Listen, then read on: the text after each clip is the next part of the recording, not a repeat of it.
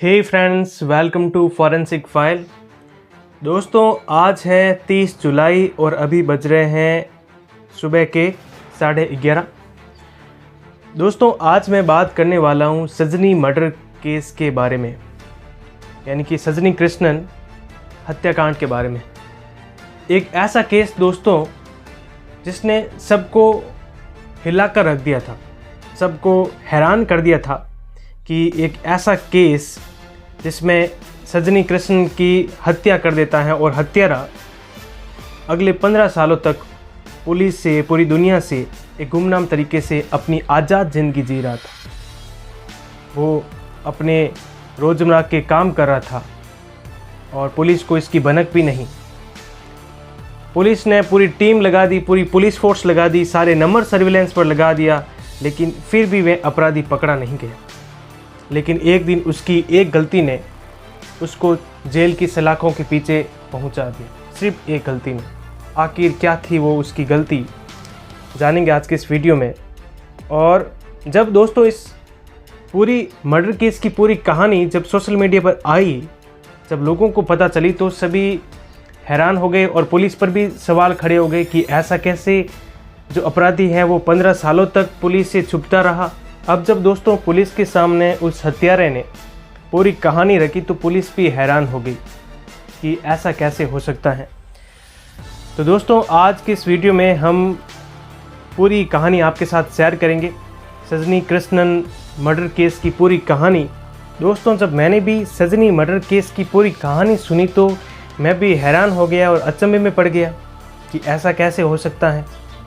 15 सालों तक एक हत्यारा है, वो गुमनाम तरीके से, आज़ाद तरीके से जी रहा था, अपने सभी काम कर रहा था खुलकर, और पुलिस को भी इसके बारे में 15 सालों बाद पता चला। अब दोस्तों, कहानी में सस्पेंस के लिए थोड़ा मैं एंडिंग से शुरू करता हूँ। बात है 23 अक्टूबर 2018 की। बेंगलोर में दोस्तों एक ओरेकल कस्टमर केयर का ऑफिस है जो एक बिल्डिंग की 7वीं नंबर मंजिल पर है, और उस समय करीब बज रहे थे रात के 11:15, और जो पूरा स्टाफ है वो नाइट ड्यूटी पर था। 2 लोग आते हैं और पियोन को कहते हैं कि हमें आपके इस एम्प्लॉय से मिलना है। पियोन कहता है ठीक है सर, आप बाहर वेट कीजिए, मैं जाकर बुला कर लाता हूँ। अब वो पियोन है, वो उस एम्प्लॉय के पास जाता है और कहता है कि सर, 2 लोग आपसे मिलना चाहते हैं। तो जो एम्प्लॉय पूछता है कौन है, तो पियोन कहता है मुझे नहीं पता है, वो आपसे मिलना चाहते हैं। तो एम्प्लॉय इतना हैरान नहीं होता है, क्योंकि इस वक्त उसके दोस्त हैं, वो कभी कभार उससे मिलने आया करते थे। तो उसने सोचा कि कोई दोस्त होगा, जान पहचान का आदमी मुझसे मिलना चाहता है।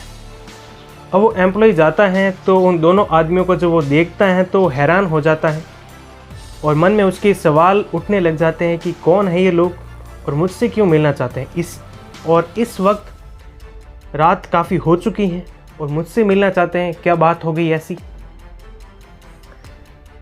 तो हिम्मत करके जाता है, और जो 2 आदमी आए थे उनमें से एक आदमी है, वो आगे आकर कहता है, हैंडशेक करता है और कहता है हेलो मिस्टर तरुण। कुछ इतने से थे वो शब्द, जिसे सुनकर उस एम्प्लॉय के पैरों के नीचे पूरी ज़मीन खिसक जाती है, क्योंकि उसने ये नाम 15 सालों बाद सुना था। इससे पहले उसकी आइडेंटिटी परवीन भटेले नाम से थी। 15 सालों से एक अलग नाम से जी रहा था, और पिछले 10 सालों से वो इसी ओरेकल कस्टमर केयर में परवीन भटेले नाम से काम कर रहा था, और सभी स्टाफ के लोग उसे परवीन भटेले ही कहते थे। और उसे ये सुनकर हैरानी होती है, और वो ये समझ जाता है कि हो ना हो ये लोग मुझे 15 साल पहले से जानते हैं। अब जो उनमें से जो एक आदमी हैंडशेक कर रहा था, वो इस परवीन की रिंग फिंगर चेक कर रहा था कि कहीं इसकी रिंग फिंगर तो नहीं टूटी हुई है, और फिर पता चलता है कि इसकी रिंग फिंगर है वो टूटी हुई है। इसका मतलब है, कंफर्म हो जाता है कि यही तरुण धिंदराज है। ऑफिसर कहता है हेलो मिस्टर तरुण, आपका खेल खत्म, अहमदाबाद आपका इंतज़ार कर रहा है। अब इतना सुनते ही वह समझ जाता है कि मेरा राज खुल गया है, और जो 15 सालों का जो राज था वो अब खुल गया है, यानी कि मैं पकड़ा गया हूँ। दरअसल में दोस्तों, जो 2 लोग आए थे वो अहमदाबाद क्राइम ब्रांच के ऑफिसर थे। अब 24 अक्टूबर को पुलिस है वो तरुण को वापस अहमदाबाद ले जाती है। अब दोस्तों ये कौन है तरुण धिंदराज और प्रवीण भटेले के नाम से क्यों जी रहा था और 15 सालों तक पुलिस क्यों नहीं पकड़ पाई, इसकी क्या वजह थी, सभी सवालों के जवाब हम धीरे धीरे इस कहानी के माध्यम से जानने का प्रयास करेंगे। अभी कहानी कैसे शुरू हुई इसकी शुरुआत करते वहीं से जहाँ से कहानी शुरू होती है।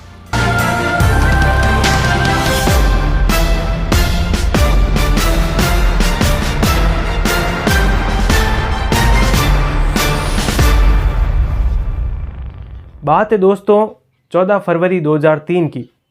वैलेंटाइन डे का दिन था और आप जानते हैं कि हस्बैंड वाइफ हो या फिर गर्लफ्रेंड बॉयफ्रेंड, इस दिन यानी वैलेंटाइन डे के दिन सभी लोग हैं वो अपने प्यार का इजहार करते हैं।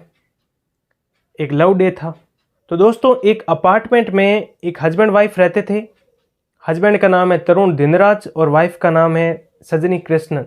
अब इन दोनों की जो शादी है वो 3 महीने पहले ही हुई थी, यानी कि दिसंबर 2022 में इन दोनों की शादी हुई थी।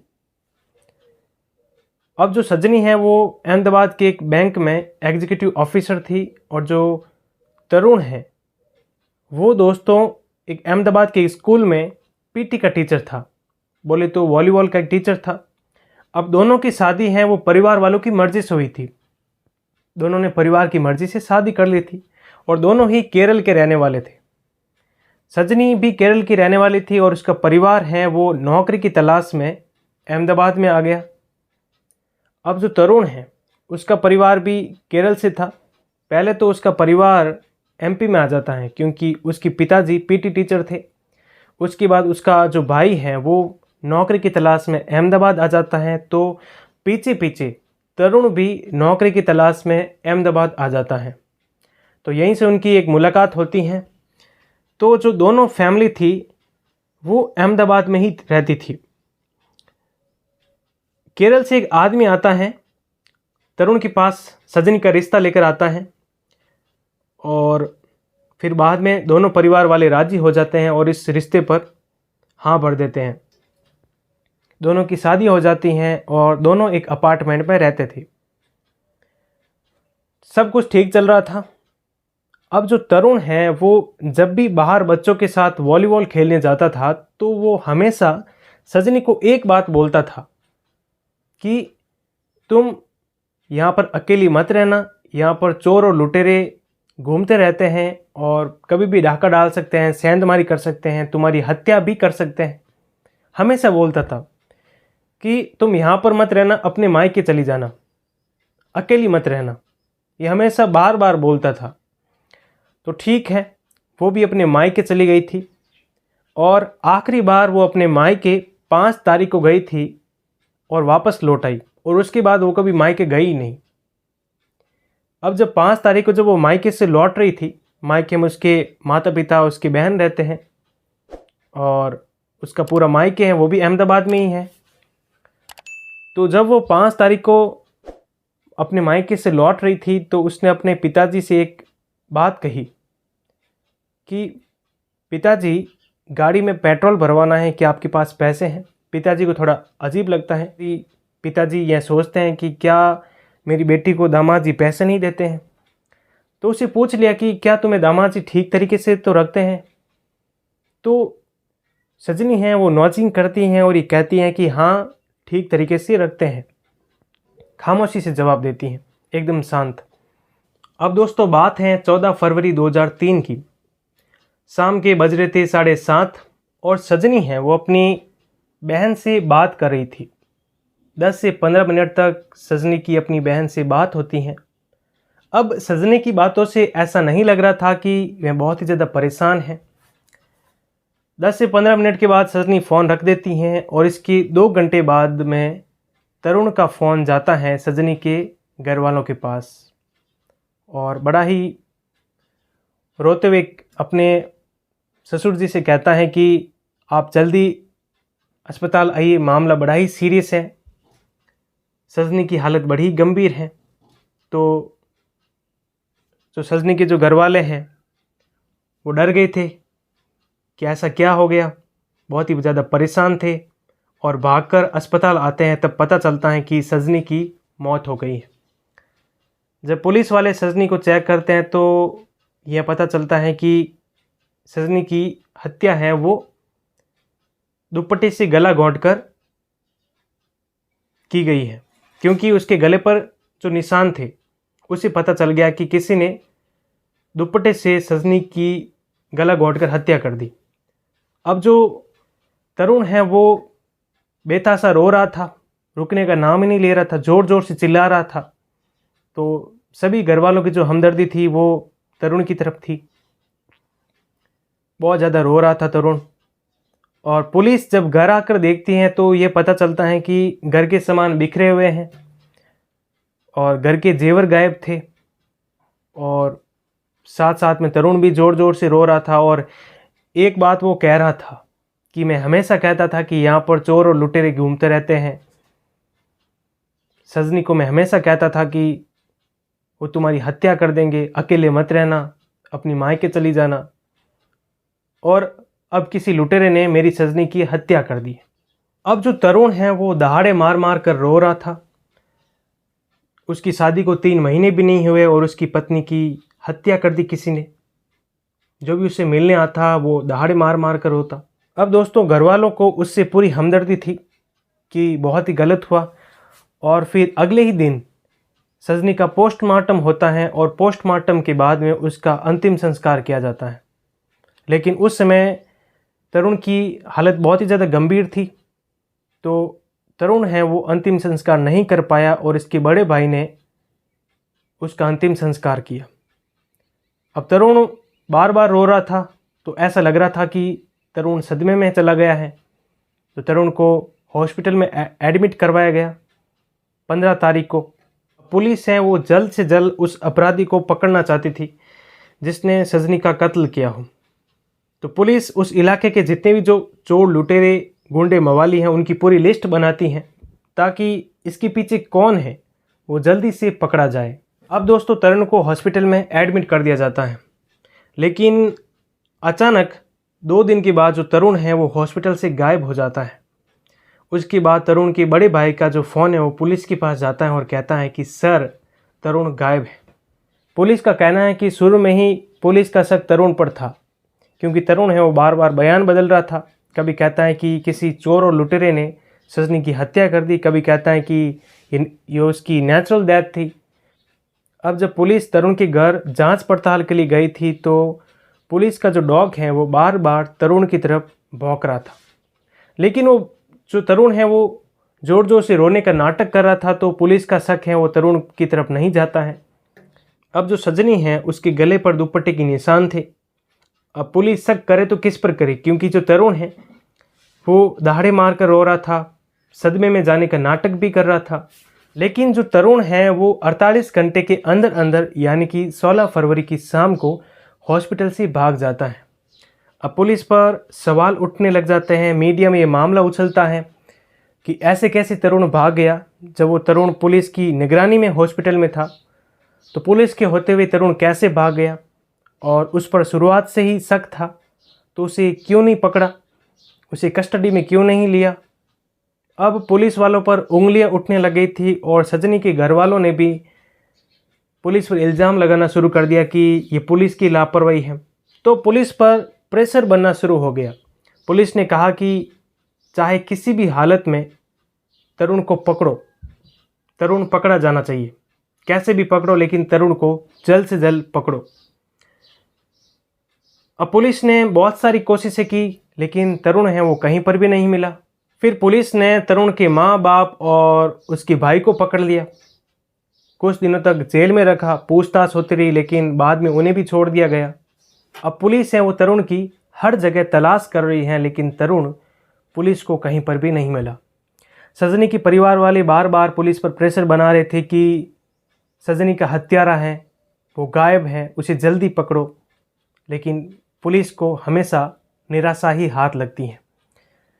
अब सजनी का जो परिवार है वो थक हार कर नरेंद्र मोदी के पास जाता है। नरेंद्र मोदी उस समय गुजरात के मुख्यमंत्री थे, 2006 की बात है। और 3 साल बीत गए थे, 2003 से 2006 हो गया था। तब सजनी के परिवार वालों ने नरेंद्र मोदी से मुलाकात की और उनसे मदद मांगी कि सजनी का हत्यारा है वो खुलेआम घूम रहा है और पुलिस उसे पकड़ नहीं पा रही है, उसे जल्दी से पकड़ो।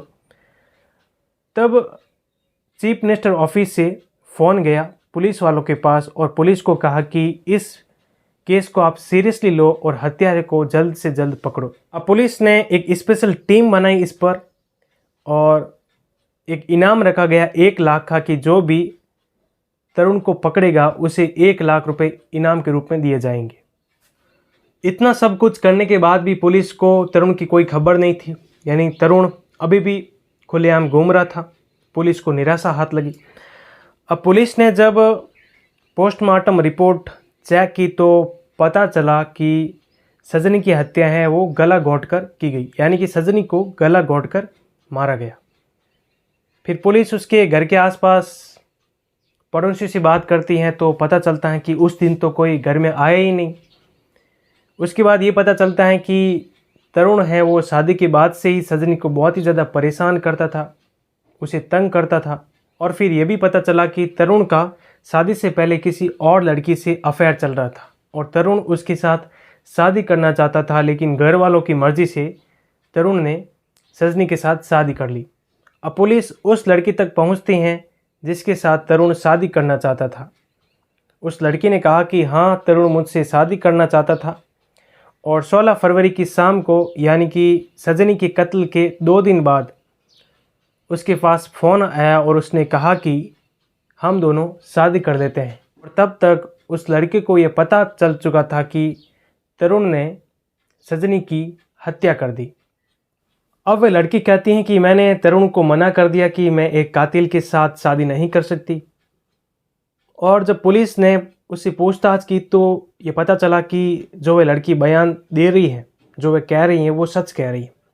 उसके बाद पुलिस ने उस लड़की को क्लीन चिट दे दिया। और फिर दोस्तों मीडिया में खबर आती है कि तरुण ने अपनी गर्लफ्रेंड से शादी करने के चक्कर में अपनी पत्नी की हत्या कर दी, यानी कि अपनी गर्लफ्रेंड के लिए अपनी पत्नी की हत्या कर दी। फिर ये भी सवाल उठने लग गया कि जब तरुण ने अरेंज मैरिज की तो तरुण पहले भी मना कर सकता था, फिर उसने शादी क्यों की? उसने अपने शादी के 3 महीने के बाद में अपनी पत्नी की हत्या कर दी और अपने गर्लफ्रेंड के साथ शादी करने की कोशिश की, लेकिन गर्लफ्रेंड ने भी मना कर दिया कि मैं कातिल के साथ शादी नहीं कर सकती। अब दोस्तों ये मामला साफ हो गया था कि तरुण ने ही सजनी की हत्या की थी। अब पुलिस लगी रही, तहकीकात कर रही थी, लेकिन तरुण है वो कहीं पर भी नहीं मिला था। पुलिस ने तरुण के घर वालों के नंबर हैं वो सर्विलेंस पर लगा दिया, क्या पता किसी न किसी को तो फ़ोन करेगा, लेकिन इसमें भी सफलता नहीं मिली। फिर पुलिस सादी वर्दी में तरुण के घर के आसपास घूमती रहती थी कि क्या पता तरुण अपने बूढ़े माँ बाप से मिलने आ जाए, लेकिन वह आया नहीं। अब इस दौरान तरुण की फैमिली शिफ्ट हो गई। पहले ये लोग एमपी में रहते थे, फिर बेंगलोर और फिर केरल में। और फिर 2009 के आते आते ये पता चला कि तरुण के पिता की मौत हो गई है। और बाद में पुलिस को ये भी पता चला कि 2009 में तरुण एक बार केरल गया था। और इसके बाद पुलिस को ये पता चलता है कि 2009 में ही तरुण पहली बार अपने माँ बाप से मिला था। केरल में एक जगह है जहाँ पर वह पहली बार, यानी कि सजनी की हत्या के 6 साल बाद अपने माँ बाप से मिलता है। तो जब उसके माँ बाप तरुण को देखते हैं तो उनकी हालत ख़राब हो जाती है और उन्हें डर भी लगने लग जाता है। और वो कहते हैं कि पुलिस ने अगर हमें देख लिया तो मुसीबत में आ जाएंगे। और दोस्तों ये वो आखिरी मुलाकात थी। और इसके बाद जब तरुण गया उसके अगले ही दिन तरुण के पिता की मौत हो गई। कहते हैं कि दिल का दौरा पड़ने से रात में ही उनकी मौत हो गई थी। अब उसके बाद जो तरुण है वो केरल से निकल गया। पुलिस पीछे पीछे ढूंढती रही, कहीं पर भी तरुण उन्हें नहीं मिला। और ऐसे करते करते समय बीतता गया और ये पूरा का पूरा जो केस है वो पूरा सुस्त पड़ गया। और केस तो लगभग क्लोज होने ही वाला था, लेकिन इस केस को पूरी तरीके से बंद नहीं किया गया था। कहते हैं कि हर महीने इस केस पर पुलिस वालों की नज़र पड़ती थी और जब भी कोई नया पुलिस ऑफिसर आता था तो एक आध बार इस केस पर ज़रूर नज़र पड़ती थी और वो पूछता था कि क्या अपडेट है। और जब भी कभी मंथली डिस्कशन चलता था, मंथली जब मीटिंग होती थी, तो इस केस पर ज़रूर बात होती थी।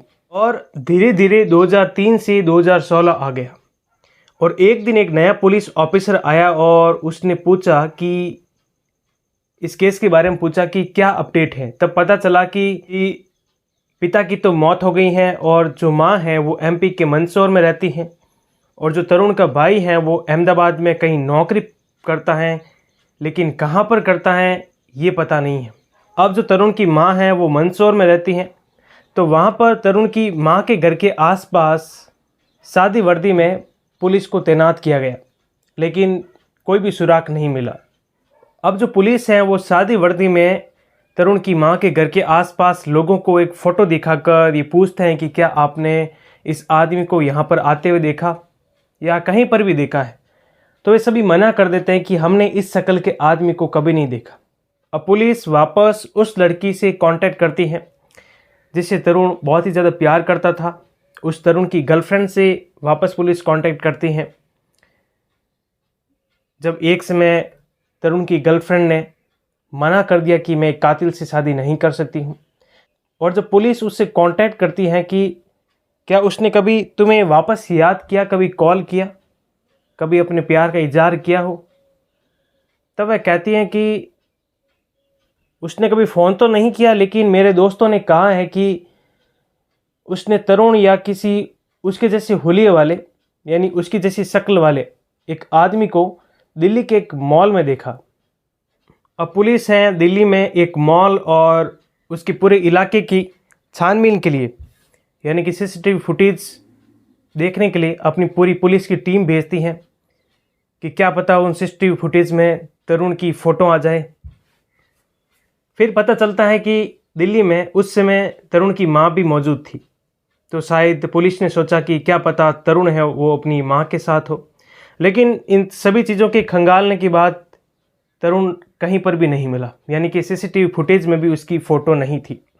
अब ऐसे करते करते समय बीत गया, लेकिन 2016 के इस क्लू से ये पता चल गया कि तरुण है वो जिंदा है। अब पुलिस को ये पता चल गया कि उसने सुसाइड नहीं किया है, कहीं और नहीं भागा है, बल्कि देश में ही है। इस दौरान पुलिस को ये पता चलता है कि तरुण कभी गुजरात में पाया गया, कभी महाराष्ट्र में, कभी मध्य प्रदेश में, कभी बेंगलोर में, तो कभी केरल में। अब पुलिस है 5 राज्यों और तरुण से जितने भी जो क्लोज कॉन्टैक्ट थे, लगभग 4000 मोबाइल नंबरों को खंगालती है ताकि किसी का कब तरुण के पास फ़ोन आ जाए या फिर तरुण कब किसी को फ़ोन कर दे और तरुण पकड़ा जाए। लेकिन दोस्तों ये सारे तौर तरीके फेल हो गए। अब पुलिस ने सर्विलेंस तरुण की माँ अन्नमा पर लगाया। अन्नमा जो कि एक रिटायर्ड नर्स थी, उस पर सर्विलेंस लगाया ताकि पता चल सके कि वह किन किन रिश्तेदारों से बात करती हैं और ताकि कोई बात हो तरुण के बारे में और तरुण के बारे में पता चल सके पुलिस को। और पुलिस चुपके से सर्विलेंस पर तरुण की माँ की सारी बातें सुनती थी। तो ये पता चला कि तरुण की माँ है वो केरल और बाकी 4 राज्यों में अपने रिश्तेदारों को फ़ोन लगाती हैं और रिश्तेदारों के नंबर को जब ट्रेस किया फिर भी उन्हें कुछ भी हाथ नहीं लगा, क्योंकि तरुण है वो किसी भी रिश्तेदार को कॉल ही नहीं कर रहा था। ऐसे करते करते समय बीतता चला गया। अब दोस्तों इस घटना के 15 साल बीत गए थे। अब आ गया था 2018। अब पूरी पुलिस फोर्स है वो सर्विलेंस पर निर्भर थी, क्योंकि ऐसा कोई भी तरीका पुलिस ने नहीं छोड़ा जिसके माध्यम से तरुण को पकड़ा जाए। सभी बेकार हो गए। अब पुलिस सिर्फ और सिर्फ सर्विलेंस पर निर्भर थी कि कहीं तरुण की बात चले और तरुण पकड़ा जाए। तरुण की माँ अन्नमा पर सर्विलेंस लगाया और तरुण के भाई जो अहमदाबाद में नौकरी करता है उस पर भी सर्विलेंस लगाया। तब ये पता चला कि तरुण है वो इस भाई से कांटेक्ट में ही नहीं है। अब कुल मिलाकर जो तरुण है वो अपनी फैमिली में सिर्फ अपनी माँ के साथ ही क्लोज कांटेक्ट में था और वो अपनी माँ से पहले मिल चुका है, लेकिन पुलिस चूक गई है। अब पुलिस को ये कन्फर्म है कि तरुण अपनी माँ को ज़रूर कॉल करेगा। पुलिस ने सारे नंबर हैं वो ट्रैश पर लगा दिए और चुपके से पुलिस तरुण की माँ की बातें सुनती थी।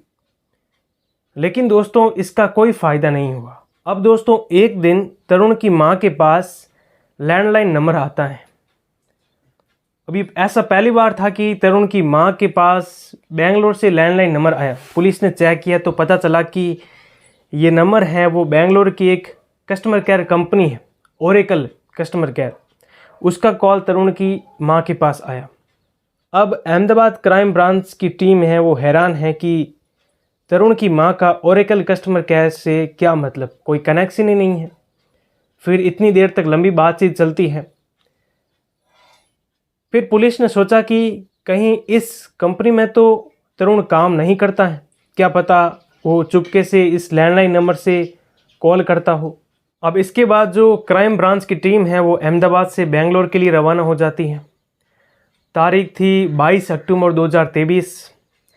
अहमदाबाद क्राइम ब्रांच की टीम बेंगलोर क्राइम ब्रांच की टीम से मिलती हैं और उनसे मदद मांगती हैं कि हमें एक ओरेकल कस्टमर केयर कंपनी है, इसमें जो भी काम करते हैं उनकी डिटेल चाहिए, एक एम्प्लॉय के बारे में जानना है। अब इसके बाद बेंगलोर पुलिस है वो इस ओरेकल कस्टमर केयर कंपनी के HR डिपार्टमेंट से बात करती हैं और उन्हें कहती हैं कि आपके पास जितने भी जो एम्प्लॉय काम करते हैं उनकी सारी लिस्ट चाहिए, लेकिन ये सभी काम चुपचाप तरीके से होना चाहिए ताकि कोई अलर्ट ना हो जाए। ये पूरा का पूरा दोस्तों एक प्रोसीजर था, इसमें लॉ एंड ऑर्डर को भी मेंटेन करना था। अब अगले ही दिन HR डिपार्टमेंट से पुलिस के पास पूरी की पूरी लिस्ट आ जाती है जो भी एम्प्लॉय काम करते हैं। लेकिन दोस्तों सबसे हैरानी की बात है कि उस लिस्ट में कहीं पर भी तरुण धिंदराज नाम का व्यक्ति नहीं था। लेकिन दोस्तों इस लिस्ट में एक नाम ऐसा ज़रूर था जिसे देखकर अहमदाबाद पुलिस के कान खड़े हो जाते हैं, और वो नाम था प्रवीण पटेले।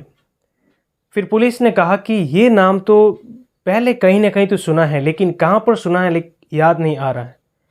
दिमाग पर जोर डाला तो ये पता चला कि तरुण की माँ है वो हमेशा इस प्रवीण पटेले नाम से बात किया करती थी और प्रवीण से संबोधित करती थी, और प्रवीण भी तरुण की माँ से बात करता था। और तरुण की माँ है वो उसकी वाइफ निशा को भी कॉल लगाती थी। निशा के नंबर तरुण की माँ के पास थे और तरुण की माँ के नंबर निशा के पास थे। फिर पुलिस ने प्रवीण पटेले और निशा दोनों की कुंडली खंगालनी शुरू की। फिर ये पता चला कि दोनों तो सोशल मीडिया पर मौजूद ही नहीं है, क्योंकि उन्होंने कभी अपना अकाउंट ही नहीं बनाया, ना ही कभी फ़ोटो पोस्ट की। पुलिस को बहुत ही अजीब लगा कि आज की सोशल मीडिया के ज़माने में लोग बात बात पर फ़ोटो खींचकर सोशल मीडिया पर अपलोड कर देते हैं, फिर ऐसा कैसे। फिर ये पता चला कि प्रवीण पटेले और निशा के 2 बच्चे हैं। अब दोस्तों इस लिस्ट में प्रवीण पटेले नाम था लेकिन तरुण नाम नहीं था, और प्रवीण पटेले है वो तरुण की मां से कांटेक्ट करता था। तो इससे पुलिस वालों को कंफर्म हो गया कि हो ना हो प्रवीण पटेले ही तरुण है। अब दोस्तों पुलिस ने मूव ऑन किया प्रवीण पटेले पर। अब सवाल यह था कि वह आदमी ही तरुण धिंदराज है, इसे कैसे प्रूव किया जाए कि यह वही आदमी है जो 15 साल पहले भागा था, इसको कैसे साबित किया जाए। अब पुलिस को उस तरुण धिंदराज की पूरी हिस्ट्री पता थी। फिर ये पता चला कि एक मैच में जब वॉलीबॉल खेल रहा था तब उस मैच में तरुण की एक रिंग फिंगर है वो टूट गई थी, यानी कि जो रिंग फिंगर है वो मुड़ी हुई थी। अब पुलिस है लिस्ट आने के अगले ही दिन बाद यानी कि 23 अक्टूबर 2018 को पुलिस है वो बेंगलोर में ओरेकल कस्टमर केयर जो ऑफिस है, जो एक बिल्डिंग के 7वें नंबर मंजिल पर है, वहाँ पर 2 ऑफिसर जाते हैं और पियोन से बात करते हैं कि हमें आपके इस एम्प्लॉय से मिलना है। और पियोन जाकर बता देता है कि सर आपसे 2 पुलिस ऑफिसर मिलने आए हैं। और जब वो पुलिस ऑफिसर के सामने आता है तब उनमें से एक पुलिस ऑफिसर आगे बढ़ता है और हैंडशेक करता है और कहता है हेलो मिस्टर तरुण। अब यह सुनकर उसकी हवा टाइट हो जाती है, क्योंकि यह नाम उसने पिछले 15 सालों में कभी नहीं सुना था। पिछले 10 सालों से उसके ऑफिस में सभी लोग उसे प्रवीण पटेले नाम से जानते थे, सभी जो दोस्त हैं जहाँ पर काम करते हैं, और ये नाम उसने 15 सालों के बाद सुना था, मिस्टर तरुण। उसके बाद पुलिस जब हैंडशेक करती हैं तो उसकी अंगुलियां टटोलती हैं। फिर पता चलता है कि इसकी एक रिंग फिंगर है वो टूटी हुई है, और इससे ये प्रूव हो गया कि यही तरुण धिंदराज है। अब इसके बाद पुलिस ने कहा कि मिस्टर तरुण साहब आपका अब खेल ख़त्म हो गया है, अहमदाबाद आपका इंतज़ार कर रहा है, चलो थाने। अब इसके बाद जो पुलिस है वो तरुण को वापस अहमदाबाद लेकर आ जाती है। तो दोस्तों, एक लैंडलाइन नंबर की वजह से तरुण का पूरा राज खुल गया। पुलिस के रिकॉर्ड में नंबर आ गया और पुलिस ने तरुण को पकड़ लिया। जब तरुण पुलिस की कस्टडी में आता है तो तरुण से पुलिस पूछती है कि तुमने लैंडलाइन नंबर से ही कॉल क्यों किया, इससे पहले तो उसने कभी ऐसा नहीं किया। तो पुलिस को कहता है कि मैंने अपनी माँ से बात किए हुए काफ़ी समय हो गया, उससे मिले हुए भी काफ़ी समय हो गया है। बूढ़ी माँ है, रिटायर्ड नर्स है, काफ़ी परेशान रहती हैं मेरे बारे में। तो मेरा मन नहीं रहा और मैंने अपने मोबाइल से बहुत कोशिश की फ़ोन करने की, लेकिन कर नहीं पा रहा था, इतनी हिम्मत नहीं हो रही थी। इसलिए एक दिन हिम्मत करके मैंने लैंडलाइन नंबर से ही अपनी माँ को फ़ोन मिला दिया और उससे बात की, और ये नंबर है वो पुलिस के रिकॉर्ड में आ गया, क्योंकि तरुण की माँ के जो नंबर हैं वो पुलिस की सर्विलेंस पर थी। तो इस प्रकार जो लैंडलाइन नंबर है वो पुलिस के रिकॉर्ड में आ गया और पुलिस ने तरुण को पकड़ लिया। अगर तरुण लैंडलाइन नंबर से उस दिन कॉल नहीं करता तो पुलिस शायद तरुण को कभी नहीं पकड़ पाती और ये तरुण का राज हमेशा राज ही रहता। फिर दोस्तों, पुलिस के पास एक जानकारी आई कि तरुण की माँ के पास एक और सिम नंबर है, लेकिन वो जो सिम नंबर है वो किसी और रिश्तेदार के नाम पर है और तरुण की माँ है वो इसी सिम नंबर से तरुण को फ़ोन मिलाया करती थी और जो तरुण है वो इसी सिम नंबर पर अपनी माँ से बात करता था। और जो तरुण की माँ है वो इस सिम नंबर का इस्तेमाल सिर्फ और सिर्फ तरुण से बात करने के लिए करती थी। तो अब पुलिस का फोकस है उस रिश्तेदार के नंबर पर नहीं था जिस नंबर से तरुण की माँ कॉल करती थी, इसलिए ये नंबर है वो सर्विलेंस पर नहीं था। अब जब ये नंबर रिकॉर्ड में ही नहीं है तो फिर पुलिस को कैसे पता चलेगा कि तरुण की माँ तरुण से किस नंबर से कॉल कर रही है और किस नंबर पर बात कर रही है। तो इसलिए तरुण का राज राज ही रहा। अब जब पुलिस है कस्टडी में उसकी कहानी सुनती है तो वह कहता है कि हाँ, मैंने ही सजनी का कत्ल किया है, क्योंकि मैं अपनी गर्लफ्रेंड से शादी करना चाहता था और जब गर्लफ्रेंड के पास ये प्रपोजल लेकर गया तो उसने यह कहकर मना कर दिया कि मैं एक कातिल हूँ। इसके बाद उसने कहा कि कत्ल करने के 2 दिन बाद यानी कि 16 तारीख को वह दिल्ली आ गया और दिल्ली में एक कॉल सेंटर में जॉब करने लगा। लगभग 4 से 5 दिनों तक वह वहाँ पर काम करता रहा, यानी कि 14 फरवरी को उसने सजनी की हत्या की और फिर 16 तारीख को दिल्ली आ गया और 20 तारीख तक यानी कि 20 फरवरी तक वहीं कॉल सेंटर में काम करता रहा। और अब उसके 4-5 दिनों के बाद वो पुणे आ गया और पुणे में जॉब करने लगा। और इसी पुणे में एक दिन उसकी मुलाकात है वो निशा नाम की लड़की से होती है और वह कहता है कि मेरे आगे पीछे कोई नहीं है, और इन दोनों के बीच में धीरे धीरे दोस्ती हो जाती है और जो दोस्ती है वो प्यार में बदल जाती हैं। और एक दिन वे दोनों पुणे में ही शादी कर लेते हैं और फिर शादी करने के बाद दोनों 2009 और 2010 में बेंगलोर आ जाते हैं और उसने बेंगलोर में ही एक कंपनी में जॉब करनी शुरू कर दी। अब दोनों के 2 बच्चे हुए। अब उसकी पत्नी निशा को ये मालूम था कि उसका नाम प्रवीण बटेले है, लेकिन उसका असली नाम और उसकी कारनामे पता नहीं थे। अब दोनों के 2 बच्चे हुए और दोनों साथ साथ रहने लगे। तो जिस गर्लफ्रेंड के लिए तरुण ने अपनी पत्नी की हत्या की उससे शादी की नहीं और किसी दूसरी लड़की से शादी की और 2 बच्चे हुए और दोनों वहाँ पर बेंगलोर में ही रहने लगे। लेकिन यहाँ पर एक सवाल है वो सभी के मन में खटक रहा होगा कि तरुण धिंदराज हैं वो प्रवीण बटेले कैसे बन गया और ये नाम उसने किसका चुराया। पुलिस ने जब जांच की कि कौन है प्रवीण बटेले तब ये पता चला कि स्कूल और कॉलेज में उसका एक दोस्त हुआ करता था, दोनों साथ में ही पढ़ाई किया करते थे और उस दोस्त का नाम था प्रवीण बटेले। एक दिन जब उसने अपनी पत्नी की हत्या की तब वह भटकता भटकता एक दिन भोपाल पहुंचा। भोपाल में वह अपने दोस्त से मिला और वहीं पर रहने लगा। तब तक उसकी शादी भी हो चुकी थी और वह अपने दोस्त के साथ ही कोचिंग सेंटर चलाने लगा। उसका दोस्त कोचिंग सेंटर चलाता था तब उसने भी कह दिया कि मैं भी कोचिंग सेंटर चलाना चाहता हूँ। एक दिन उसने मौका पाकर उस प्रवीण बटेले जो उसका दोस्त था उसके सारे जो डॉक्यूमेंट थे, जो गवर्नमेंट ऑफिशियल डॉक्यूमेंट थे, उसके सारे स्कैन कर लिए।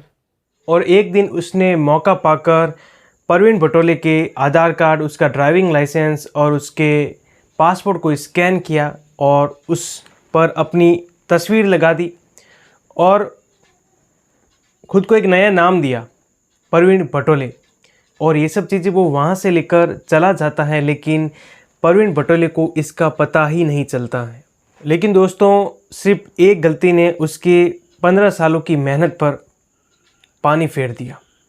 अगर उस दिन तरुण ऑफिस में बैठकर लैंडलाइन नंबर से अपनी मां को कॉल नहीं करता तो शायद पता नहीं कितने ही सालों तक इस तरुण का राज ही रहता और पता नहीं कितने ही सालों तक परवीन बटोले नाम से एक गुमनाम एक नई ज़िंदगी जी रहा था।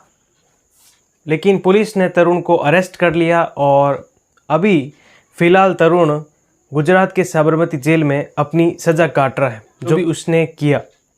तो दोस्तों, ये थी सजनी कृष्णन मर्डर केस की पूरी कहानी जो मैंने आपके साथ अनफिल्टर्ड तरीके से शेयर की है। अब दोस्तों, आपको क्या लगता है इस केस में? आपको क्या चीज़ शॉकिंग लगती है? आप नीचे कमेंट में बता सकते हैं, मैं उसके नीचे रिप्लाई करूँगा। सजनी कृष्णन जो कि एक पढ़ी लिखी महिला थी और जो कि बैंक में एक एग्जीक्यूटिव ऑफिसर थी, अपना जो काम है, अपना जो कर्तव्य है वो अच्छे तरीके से कर रही थी, लेकिन वो अपने पति की साजिश का शिकार हो गई। उसके पति ने ये सोचा कि शायद मैं सजनी को मारकर उसकी हत्या करके लोगों के सामने नाटक करूँगा कि उसकी हत्या चोर और लुटेरे ने की है, और इस प्रकार मैं नाटक करूँगा, घर में सामान को बिखेरूँगा तो लोगों को पता चलेगा कि किसी चोर और लुटेरे ने सजनी की हत्या कर दी और फिर बाद में जाकर मैं अपनी गर्लफ्रेंड से शादी कर लूँगा। तो सिर्फ गर्लफ्रेंड की खातिर उसके पति तरुण ने सजनी की हत्या कर दी। लेकिन फिर गर्लफ्रेंड ने भी धोखा दे दिया। फिर तरुण को लगा कि अब तो ऐसे वो रह नहीं सकता। फिर उसने दूसरी शादी की और खुद की आइडेंटिटी छुपाई और उसे एक नया नाम मिला, परवीन बटोले। लेकिन जो उसका दोस्त है परवीन बटोले, उसको भी ये नहीं पता कि उसका दोस्त है वो उसकी आइडेंटिटी के दम पर जी रहा है। खैर दोस्तों, जो भी हो, पुलिस ने इस केस को पूरी तरीके से अब क्लोज कर दिया है और तरुण को अरेस्ट करके उसे जेल में डाल दिया है। तो दोस्तों, ये थी सजनी कृष्णन मर्डर केस की पूरी कहानी। आपको क्या लगता है नीचे कमेंट ड्रॉप कर देना और वीडियो को लाइक कीजिए और चैनल को सब्सक्राइब कीजिए ऐसे ही क्राइम वीडियोस देखने के लिए। और इस वीडियो को ज़्यादा से ज़्यादा शेयर कीजिए ताकि लोगों को ये पता चल सके इस सजनी कृष्णन मर्डर केस की पूरी कहानी। मिलते हैं दोस्तों अगले वीडियो में। जय हिंद।